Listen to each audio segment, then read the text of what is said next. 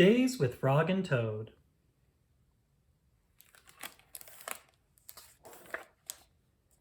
Days with Frog and Toad by Arnold Lobel.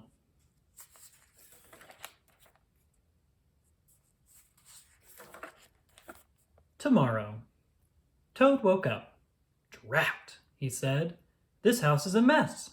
I have so much work to do. Frog looked through the window. Toad, you are right, said Frog. It is a mess. Toad pulled the covers over his head. I will do it tomorrow, said Toad. Today, I will take life easy. Frog came into the house. Toad, said Frog, your pants and jacket are lying on the floor. Tomorrow, said Toad from under the covers.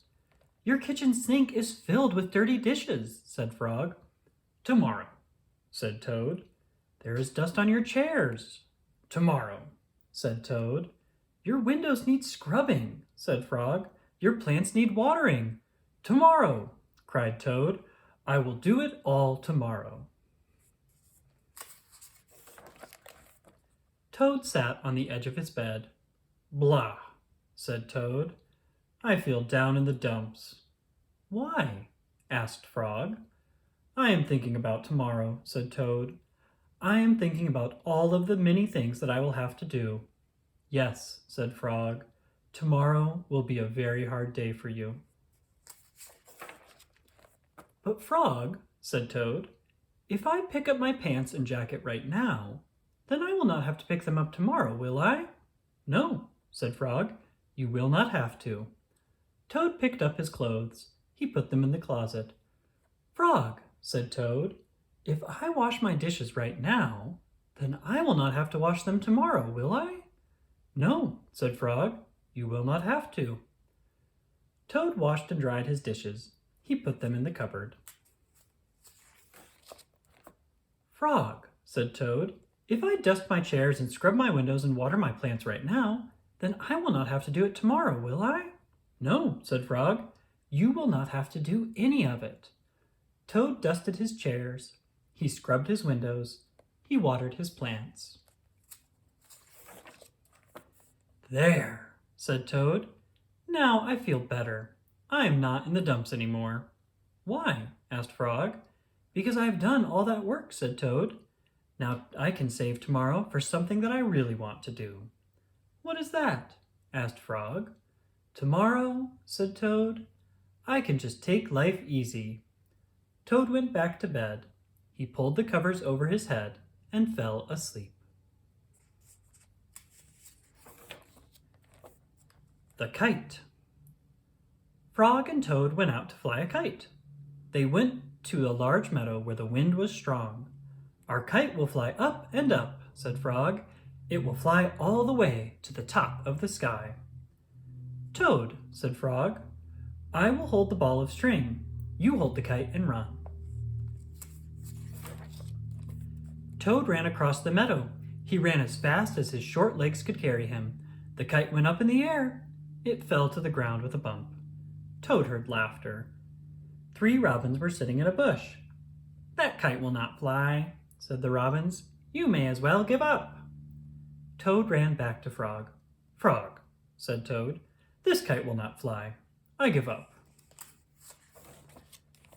We must make a second try, said Frog.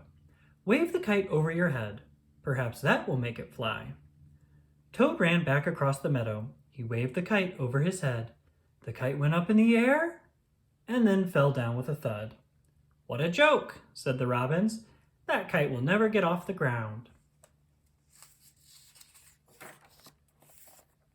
Toad ran back to Frog. This kite is a joke, he said. It will never get off the ground. We have to make a third try, said Frog. Wave the kite over your head and jump up and down. Perhaps that will make it fly. Toad ran across the meadow again. He waved the kite over his head. He jumped up and down. The kite went up in the air and crashed down into the grass. That kite is junk, said the robins. Throw it away and go home. Toad ran back to Frog. This kite is junk, he said. I think we should throw it away and go home. Toad, said Frog. "We need one more try. Wave the kite over your head, jump up and down, and shout, 'Up, kite, up!'" Toad ran across the meadow. He waved the kite over his head. He jumped up and down. He shouted, "Up, kite, up!" The kite flew into the air. It climbed higher and higher. "We did it!" cried Toad. "Yes," said Frog. "If a running try did not work, and a running and waving try did not work, and a running, waving, and jumping try did not work, I knew that a running, waving, jumping, and shouting try just had to work." The robins flew out of the bush, but they could not fly as high as the kite. Frog and Toad sat and watched their kite. It seemed to be flying way up to the top of the sky.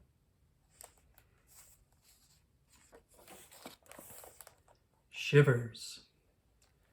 The night was cold and dark. "Listen to the wind howling in the trees," said Frog. "What a fine time for a ghost story." Toad moved deeper into his chair. "Toad," asked Frog, "don't you like to be scared? Don't you like to feel the shivers?" "I'm not too sure," said Toad. Frog made a fresh pot of tea. He sat down and began the story. "When I was small," said Frog, "my mother and father and I went out for a picnic. On the way home, we lost our way. My mother was worried. 'We must get home,' she said. 'We do not want to meet the old dark frog.' 'Who is that?' I asked. 'A terrible ghost,' said my father. 'He comes out at night and eats little frog children for supper.'" Toad sipped his tea. "Frog," he asked, "are you making this up?" "Maybe yes, and maybe no," said Frog. "My mother and father went to search for a path," said Frog. "They told me to wait until they came back. I sat under a tree and waited. The woods became dark. I was afraid. Then I saw two huge eyes.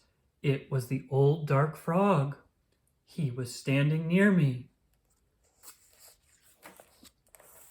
"Frog," asked Toad, "did this really happen?" "Maybe it did, and maybe it didn't," said Frog. Frog went on with the story. The dark frog pulled a jump rope out of his pocket. "I am not hungry now," said the dark frog. "I have eaten too many tasty frog children, but after I jump rope 100 times, I will be hungry again. Then I will eat you."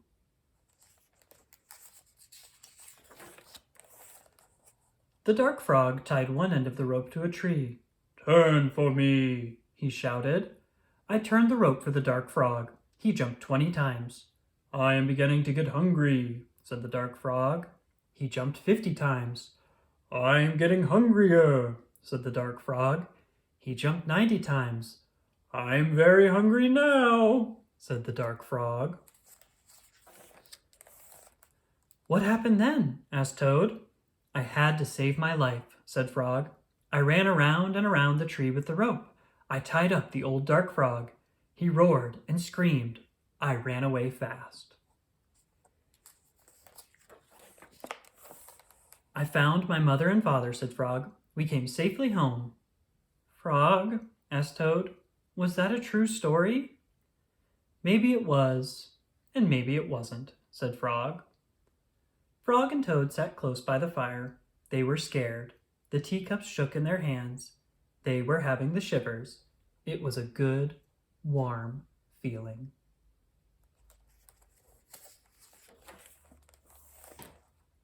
The hat. On Toad's birthday, Frog gave him a hat. Toad was delighted. "Happy birthday," said Frog.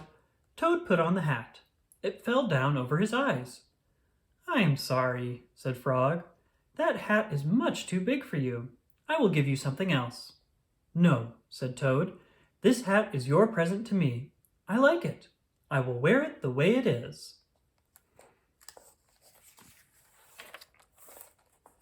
Frog and Toad went for a walk. Toad tripped over a rock. He bumped into a tree. He fell into a hole. "Frog," said Toad, "I can't see anything. I will not be able to wear your beautiful present. This is a sad birthday for me."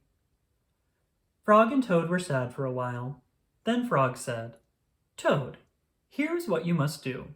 Tonight when you go to bed, you must think some very big thoughts. Those big thoughts will make your head grow larger. In the morning, your new hat may fit." "What a good idea," said Toad. That night, when Toad went to bed, he thought the biggest thoughts that he could think. Toad thought about giant sunflowers. He thought about tall oak trees. He thought about high mountains covered with snow. Then Toad fell asleep. Frog came into Toad's house. He came in quietly. Frog found the hat and took it to his house.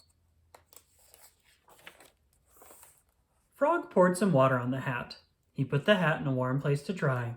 It began to shrink. That hat grew smaller and smaller. Frog went back to Toad's house. Toad was still fast asleep. Frog put the hat back on the hook where he found it. When Toad woke up in the morning, he put the hat on his head. It was just the right size.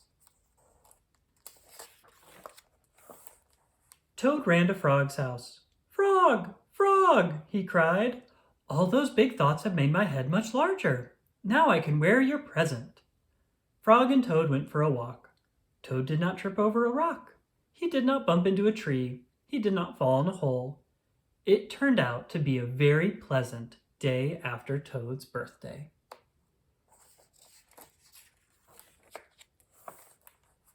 Alone. Toad went to Frog's house. He found a note on the door.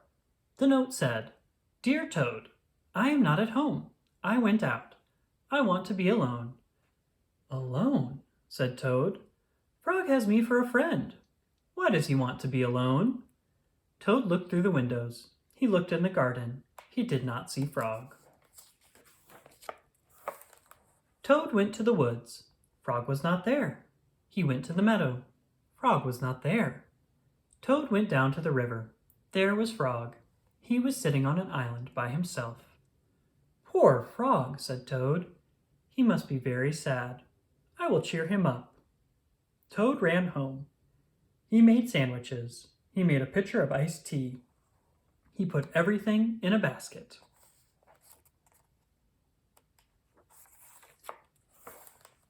Toad hurried back to the river. "Frog!" he shouted. "It's me! It's your best friend, Toad!" Frog was too far away to hear. Toad took off his jacket and waved it like a flag. Frog was too far away to see. Toad shouted and waved, but it was no use. Frog sat on the island. He did not see or hear Toad. A turtle swam by. Toad climbed on the turtle's back. "Turtle," said Toad, "carry me to that island. Frog is there. He wants to be alone." "If Frog wants to be alone," said the turtle, "why don't you leave him alone?" "Maybe you are right," said Toad. "Maybe Frog does not want to see me. Maybe he does not want me to be his friend anymore."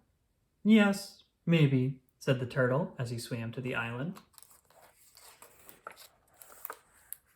"Frog!" cried Toad. "I am sorry for all the dumb things I do. I am sorry for all the silly things I say. Please be my friend again." Toad slipped off the turtle. With a splash, he fell in the river. Frog pulled Toad up onto the island. Toad looked in the basket. The sandwiches were wet. The pitcher of iced tea was empty. "Our lunch is spoiled," said Toad. "I made it for you, Frog, so that you would be happy." "But Toad," said Frog, "I am happy. I am very happy.